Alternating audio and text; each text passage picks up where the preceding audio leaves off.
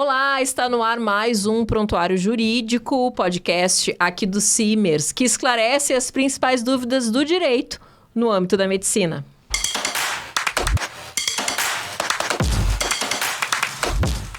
E no episódio de hoje a gente vai falar para todos os médicos, mas especialmente para aquele médico que também é empresário. Nós vamos falar sobre contratação de profissionais, para esclarecer todas as nossas dúvidas em relação a esse tema, para que tu possas contratar de forma segura. Eu recebo aqui no nosso estúdio do Simers o advogado Thiago Zenker Romais, que é especialista na área. Acertei? Exato, muito bem, Cláudia. Boa tarde, agradeço então o convite. E hoje vamos tratar de um tema aí bem polêmico, né? A questão das contratações, e vamos falar um pouco também da questão agora que está em alta, que é a pejotização no STF. Doutor, em relação aos cuidados jurídicos aqui para começar, quando esse médico também se torna empresário, qual a melhor forma de contratação e com o que ele deve se preocupar, né, sobre essa questão? Primeiro passo. Perfeito. Os médicos empresários têm que tomar uma cautela no inicial, primeiro pela gestão do escritório, a forma de contratação, a questão do faturamento da empresa, se ele vai ser enquadrado como um regimento como simples, lucro presumido. E após isso, ele tem que fazer uma avaliação criteriosa da questão trabalhista. Hoje nós temos algumas situações de pejotização, questões seletistas, e para isso ele tem que ter essa cautela, esse cuidado no ato da contratação. E na tua expertise, né, doutor, quais são os erros mais comuns que esse médico empresário comete aí quando ele começa também a empreender, né? Certo.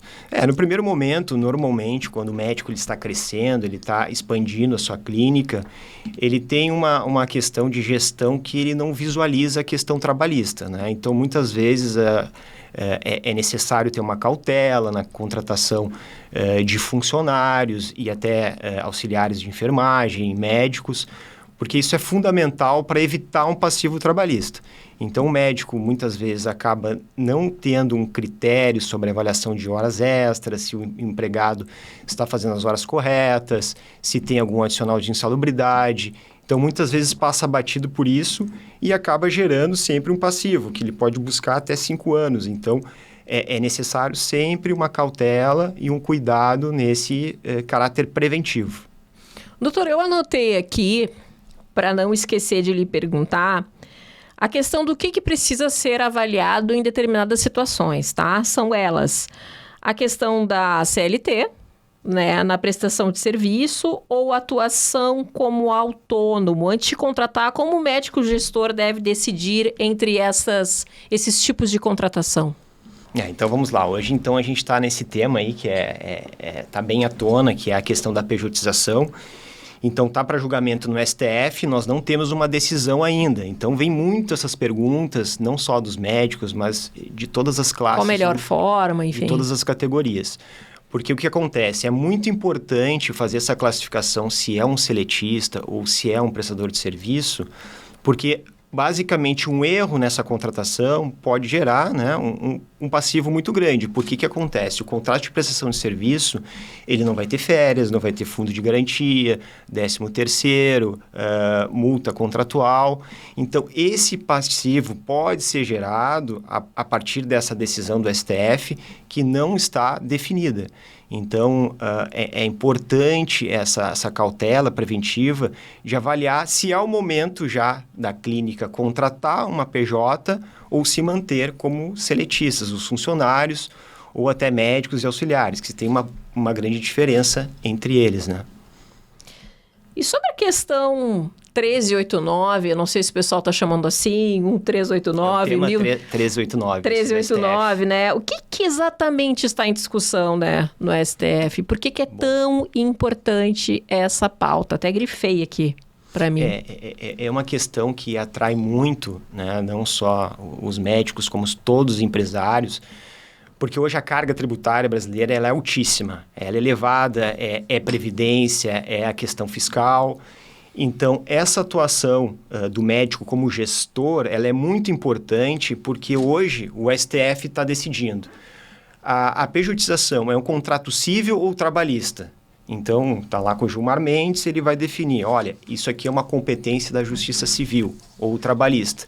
Então, um contrato mal elaborado pela clínica médica, mal feito, e se de fato a questão for uma simulação, aquele médico, aquele auxiliar, ou até mesmo um recepcionista, uma faxineira, tiver um contrato de PJ e ela não for, ainda vale a questão do princípio da primazia da realidade. Então, o que de fato esse funcionário faz na clínica, isso pode gerar direitos trabalhistas. Então, essa análise criteriosa vai ser avaliada pelo STF, avaliando todas as situações. Se de fato o empregado ele tinha autonomia, se ele tem uma alta escolaridade, se ele tem um alto salário, provavelmente o STF vai definir, por exemplo, é diferente uma questão de um pedreiro da construção civil e de um médico contratado por um cargo de alta gestão. Ele tem essa liberdade de definir se ele quer um contrato CLT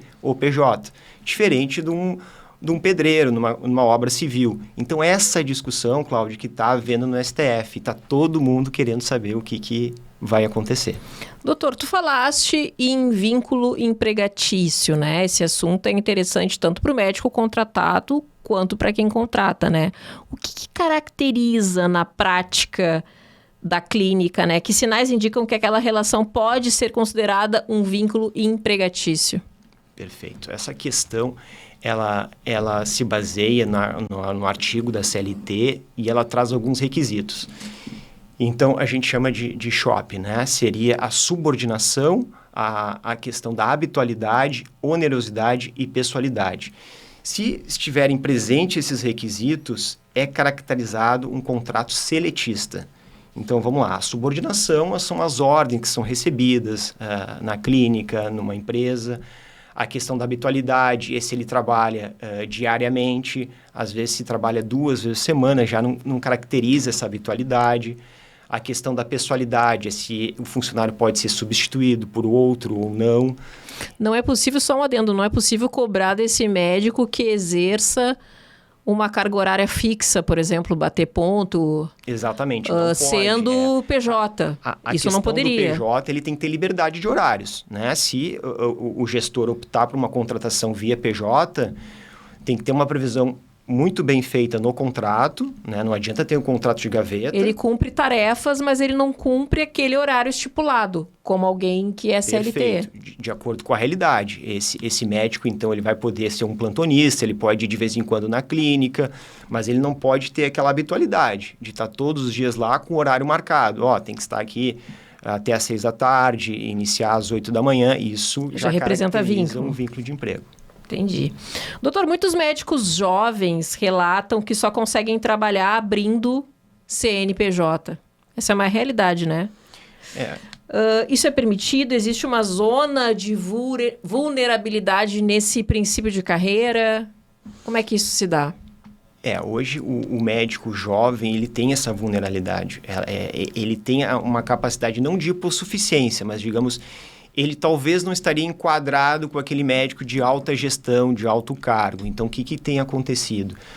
Muitos municípios contratam plantonistas através de um CNPJ e esses jovens médicos também acabam tendo um certo prejuízo, porque não avaliam as questões que eles poderiam ter como seletistas, que seria o 13º, fundo de garantia, a questão de aposentadoria.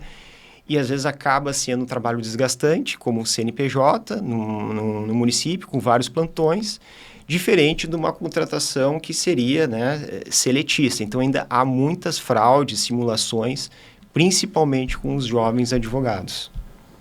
E existe alguma dica que a gente poderia dar para o médico empresário, já que a gente começou falando dele aqui no nosso programa, olhando pelo lado do médico empresário, né, doutor? Quais são os principais riscos ao contratar via CNPJ de forma inadequada? O que é melhor para esse médico empresário?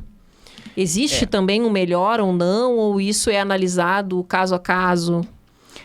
Atualmente essa decisão do STF vai ser marcante, né? A gente vem evoluindo nossa consolidação das leis trabalhistas de 1940, né? Então, a gente tem muita modernidade, muitas discussões que tem havido, e a tendência é que a reforma da CLT já fala em questão de terceirização. O médico tem que acompanhar essa questão dos julgamentos, né? Ter um jurídico que analise as situações, porque é regular, o médico pode avaliar uma situação de contratação perante PJ, mas com cautela. Vão ser avaliados. Hoje o STF discute o ônus da prova, se é do médico ou do empregado do médico, isso vai ser avaliado. Então, quem vai trazer a prova? E a tendência é que continue, né, sendo avaliado a questão das fraudes e simulações. Se a clínica estiver com controle, com essa técnica de um bom jurídico, de uma análise, de uma contabilidade, e o contrato for de PJ e tiver todos os fatos que caracterizem essa autonomia, não há problema algum. De outra forma, existem irregularidades. Inclusive, médicos têm participado de SCP, cooperativas. Isso sim também caracterizam fraudes, né? Porque, de fato, às vezes o médico não é um sócio investidor, não é um cooperado. Então, isso ainda está sendo debatido no STF, que são essas questões justamente dessas fraudes, né, e simulações. Doutor, para finalizar aqui o nosso bate-papo, para fechar, que dicas que tu darias para esse médico empresário, reiterando tudo que a gente já disse aqui, né? Quais medidas simples esse médico empresário pode adotar no momento que decide empreender, né? Para reduzir riscos trabalhistas e também estruturar uma equipe de uma forma mais segura? O que tu indicarias assim, primeiro passo é esse, tem que fazer isso? No primeiro momento, né, nessa construção do empreendedorismo, onde o médico vai abrir essa clínica médica, essa avaliação do crescimento ela tem que andar em conjunto com as contratações, porque ela é essencial. No momento que tu faz uma contratação trabalhista, mesmo que seja seletista de forma equivocada, por exemplo, não tem um controle de horário, acaba tendo horas extras como um passivo, a questão da insalubridade, daqui a pouco ele tem um contato com raio-x, com sangue, com equipamentos não esterilizados, gera uma estabilidade que pode ser de 20% até grau máximo de 40% sobre o salário mínimo.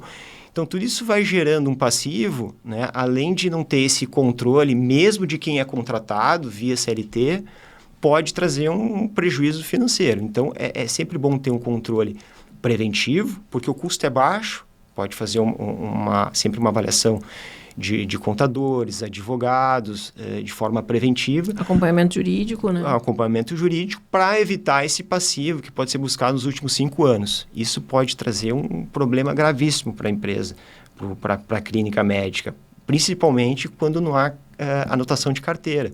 Uma ação judicial, Cláudio, pode custar para o médico, aí, dependendo, se for 2, 3 anos, mais de 200, 300 mil, se caso não houver a anotação correta da carteira de trabalho, né? Se for uma PJ irregular, por exemplo, ou até mesmo hora extra. É muito mais arriscado, então, uma contratação por PJ do que uma por CLT. Atualmente, ainda sim, né? Deve ser acompanhado todo esse entendimento do STJ, até porque agora, em 2026, estava tudo suspenso. Todas essas ações estavam suspensas e elas agora estão, né, de forma normal, no primeiro e segundo grau, e a qualquer momento pode ter uma definição, mas essa avaliação de riscos ainda tem que ser feita pela clínica. Doutor, muito obrigada pelos esclarecimentos aqui no programa, né? E lembrando, então, que informação jurídica nunca é demais, né, doutor? Esse respaldo aí evita muita dor de cabeça. Eu agradeço a oportunidade, Cláudia, e sempre essa cautela, né? Acompanhar, porque as questões vão alterando, vão mudando, e esse entendimento novo do STF pode atrapalhar e prejudicar muitas clínicas aí.